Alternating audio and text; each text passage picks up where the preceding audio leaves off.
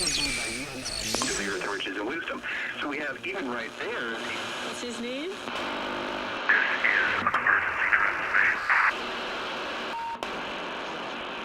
This is an emergency transmission from FEMA Region 6 in occupied North America.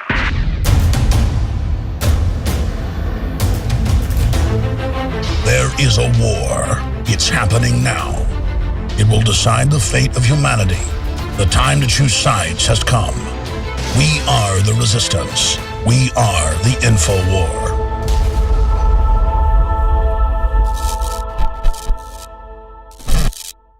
We have State Department minions. I have the articles right here. We're going to talk to Lyndon LaRouche about it in just a moment.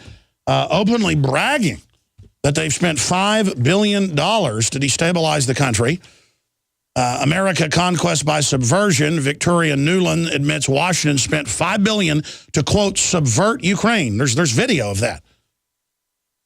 And this is a serious situation. We saw them try to start war in 2008 with the Russians. We've seen them in Syria try to hand that over to al-Qaeda. They know revolution's coming because of world economic meltdown. They want to preemptively start it, in my view, to try to bring chaos out of it so they can then pose as the saviors. I mean, that's really what it comes down to. And it's extremely immoral that Congress a few weeks ago passed a resolution praising the violent demonstrators and saying the government should just let them take over. Again, I try to study the Ukrainian situation. The world's a very complex place. I'm not saying the government's perfect, but they're trying to remain neutral. This is one of the biggest geopolitical things in a long time right now, and is part of a proxy war with Russia. Make no mistake, Syria was about that too. And George Soros is in there as always, stirring things up. And a man who multiple directors of Central Intelligence said had one of the best private intelligence networks in the world, you can look that up, was Lyndon LaRouche. He was read by Ronald Reagan, you name it. Some call him a leftist, some a right-winger. The media always demonizes him just with the term, oh, LaRouche, so that you won't look into what he's actually said and done.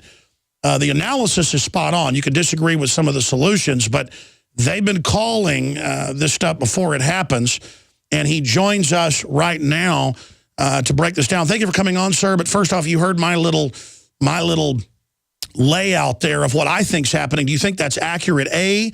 And then B, expand on it. What are we facing here? It needs a lot more.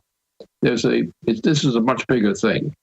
What you focused on is, first of all, the section of Ukrainians which were involved in the events proximate in that area were Nazis. They were part of the Hitler operation in their lifetime. And these are children of the Nazis. We have to remember that there was a certain section working for Hitler, which were part of the Hitler system. They killed a lot of Ukrainians themselves, but they also killed a lot of Poles.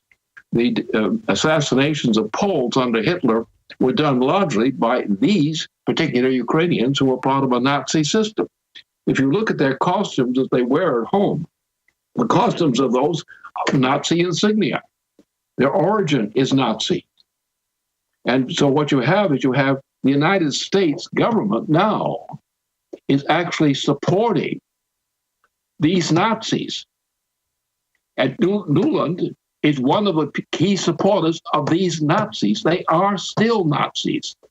Their record of killing Poles during World War II is enormous. This is the same people. They wear the same costumes, the same insignia, the same legacy. And by the way, you were in World War II. I should also add that. It's amazing how long you've been speaking out. It's just amazing.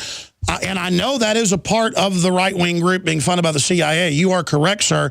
And they're trying to split between Catholic and then, of course, Orthodox is more pro-Russia. But what's the big geopolitical and why is this such a serious situation? Because it has nothing to do with Syria as such or things like that. These are byproducts of a much larger scheme of things. What we're on the verge of is World War III, thermonuclear World War III. And that's the big problem we have to try to defeat. Now, there are other problems that come in as subsidiary features of this problem. But as far as I'm concerned, as long as Obama remains president, we're in danger of being involved in a matter of, a few weeks or even days. of thermonuclear war globally. That's where we are. And, my interest here on this is partly just inside the United States itself. This presidency is destroying our nation. And it's getting us into a thermonuclear war, which we want no part of, and which our real military people want no part of either. There's no reason for a thermonuclear war. As a matter of fact, it will actually cause the extinction of the human species or something like that. And by the way, a lot of mainline analysts, as you know, are saying this could trigger a nuclear war with the Russians. Explain that to people. Then what is... Well, what you have is when the United States fell under the influence of certain presidents, such as George W. Bush Jr. and Obama, we were dealt the dirtiest hand ever occurred. And this has something to do with the reasons why Bill Clinton was framed up. And it was a frame-up, but that's a whole story in itself. But when he left office, we lost Glass-Steagall law. And that was the first thing that was done. And the loss of Glass-Steagall has destroyed the U.S. economy ever since. It's been getting worse and worse and worse. Now, our objective should be to get our Glass-Steagall law and not have ourselves being run by the British Empire through Wall Street. And the Wall Street gangsters are the real inside problem here. And Obama's nothing, he's a stooge. He's not really the president. He's a president in name, but he's a stooge for these international interests. Well, yes, sir, I understand that. When I brought up Syria, I mean, it's part of the Brzezinski-type great game continued proxy war to take every country that Russia has a port in, to get up against Russia's borders, to fund radical Islam along Russia's borders. I mean, from what I've seen, the West is trying to foment a takeover in Ukraine to get them to join an anti-Russian coalition. And are you saying that's what could lead then to weapons being moved into Ukraine and then escalating crises with Russia? No, the Russia thing is really, in a sense, minor on this business. The world has been divided in terms of power between two regions of the planet. One is the transatlantic region of the power, which goes into Europe. Then you get the area from Belarus on toward Asia, and apart from some terrorist areas in the Eurasian region, that's the alignment. And so therefore you have the British Empire, and Obama's nothing but a stooge for the British Empire. And Wall Street is the key element here. Wall Street is essentially a British intelligence operation. It's a financial one. And it's the one that's ruined the United States.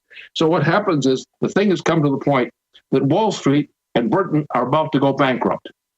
That is the use of bailout as a policy, which was done actually started with young Bush and continued with Obama. But bailout has ruined the U.S. economy hopelessly.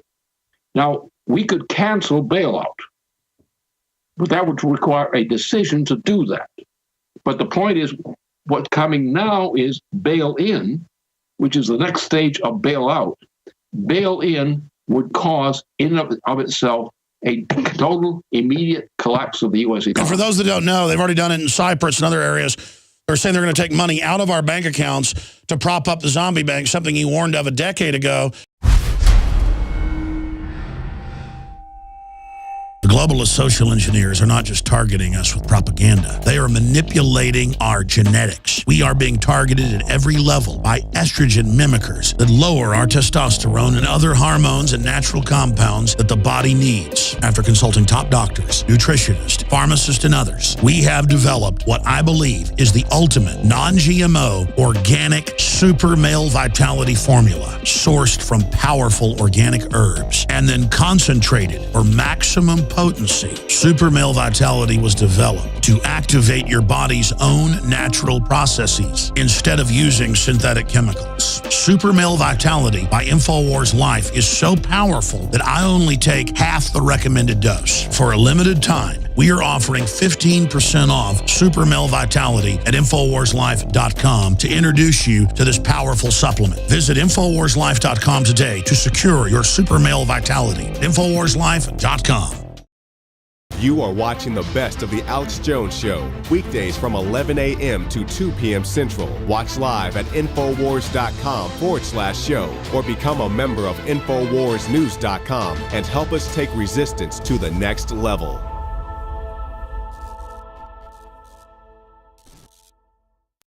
So what I'm saying, again, to Lyndon LaRouche, World War II vet, you name it, just amazing to have him here with us. There's so few World War II vets left, much less one so eloquent. Lyndon, what I'm trying to get at here with you is I understand that it's a bigger global issue. But as the world depression accelerates, you're going to have these uprisings. Then the Anglo-American British Empire is going to try to use those to foment even more breakdown. So what I'm saying is geopolitically, why are you saying it's a danger of thermonuclear war? Because it is. I'll explain it to you. What you have is you have a division of the world now into two parts. The Anglo-American system, the transatlantic system, the Northern Hemisphere in particular, and that is bankrupt. The United States, under its present system, is totally, hopelessly bankrupt. And what the bankruptcy has been the buildup of this bailout system, especially from 2008. From that point on was the real point where they became it, under young Bush, normally young Bush. And it got worse. Under Obama, it's become much worse. Now, what's happened is the British Empire, and the British are an empire. They're not just Britain. They control practically all of Africa. They control, under the Euro system, they control most of Western Europe. And that's the kind of situation. So you have a situation where the world system is divided into two sectors. One, in the Northern Hemisphere, is the transatlantic region. And the United States is now a puppet of the British Empire under the current president. If we could get back to a real president, as opposed to young Bush and Obama, we could probably get our nation back. But the point is the investment system of the British Empire, including Wall Street itself, is such that they are about to go bankrupt immediately. They're on the verge of it. Now, what their option is knowing that the bail-in is coming on. And they do know that bail-in means a general collapse of the U.S. economy. I mean, a monetary collapse, not a breakdown, not a depression, a collapse. So well, their object is to say, well, look, the Eurasian sector of the world, that is the wealthier part, Russia, China, India, and so forth, these parts are growing, whereas the United States has been declining economically, in physical economic terms, since essentially the time that John F. Kennedy, was ousted from office, assassinated. Since that time, in the start of the Indochina War, we have actually, as MacArthur warned about this thing, we have actually been in a process of decline. There has been never any economic recovery in reality in the United States. There are some people who become rich, but you'll find that the employment levels, the quality of life offered to people. Now, and look, for example, let's take one very good example of this: fracking. Now, I'm sure you're coming from Texas, you know all about fracking. And we know that the fracking, which is a British operation, is now destroying the western part of the United States. It is actually using water, driving it down in order to bring up gas. And the gas they're bringing up is actually destroying the region west of the Mississippi. We have the two leading states of the United States, Texas and California, are going into destruction. Now, there's another little complication in this, and there always are complications. In this case, the problem is that the sun, our solar system, has gone through what's called a quiet period. That means that the radiation being supplied to move Earth is less than it was before. And under these conditions, we have the greatest drought in the western part of the United States in probably 500 years. The state of Texas is dying. The industries are being shut down. The same thing is true in California and the other states between. But you take California and Texas, if you knock them out of the U.S. economy, you're going to have a total collapse in the U.S. economy. So therefore, we have a great crisis. It's caused by the policies which have gone through under certain presidents, particularly since Bill Clinton was taken out of office. The rate of collapse has reached such a point, and the hyperinflation under the bailout system has reached such a point that it's now about to blow up. And bail-in will be the trigger which causes an instant collapse. Now, what's the solution then from the standpoint of London and people like that? The point is that while the western part of the world, the transatlantic region, has been collapsing in physical economy for all this period, ever since Jack Kennedy was assassinated, at the same time, gradually, in recent times, the Eurasian part, like Russia,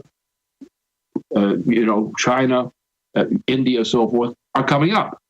So therefore, the plan is to try to crack the balance of forces between the transatlantic region and the Eurasian system. Now, what that means is if they could get into this one area, which is in the southern part of the Ukraine, and if they could knock that out, then by using U.S. forces based in that area, they could knock out the Ukraine area. And that knocking out Russia by an outflanking operation. Now, what this puts us on the edge of a thermonuclear war.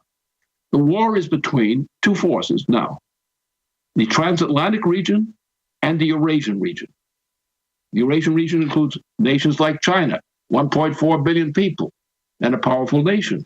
India, 1.2 or so billion people, and so forth. And Russia is not insignificant. So when you take these forces together and you say that the British Empire, which thinks it's controlling the entire planet, which is stealing our oil, stealing our food in the United States, and doing all these things to us, that this process means that the only way that the transatlantic region, that is the British Empire in particular, could survive is by gobbling up and destroying and conquering Eurasia. Now, when you think about what the military forces are in China, thermonuclear forces, in India, in Russia, you think about the similar kinds of forces in Europe and in the United States. We have the greatest assembly of thermonuclear death ever conceived on this planet. And what's coming to a point is the entire planet is going into this war. My concern is to stop that war. And what these Nazis are doing, these Ukrainian Nazis are doing, is simply the intended detonator of a global thermonuclear war. The surge of revolt against this process is in process. We have not won the war, but we're fighting it. We are fighting to save the United States and to prevent a thermonuclear war. Now, if you know what a thermonuclear war is, because this is not a nuclear war, this is a thermonuclear war with modern weapons and modern capabilities. That the minute that war goes to place, and both sides of the power, the transatlantic side and the Eurasian side, they have the greatest concentration of thermonuclear power you ever imagined. And if they go to war, they're going to go to full. And there probably will be no long-term survivors of an hour and a half of a thermonuclear war.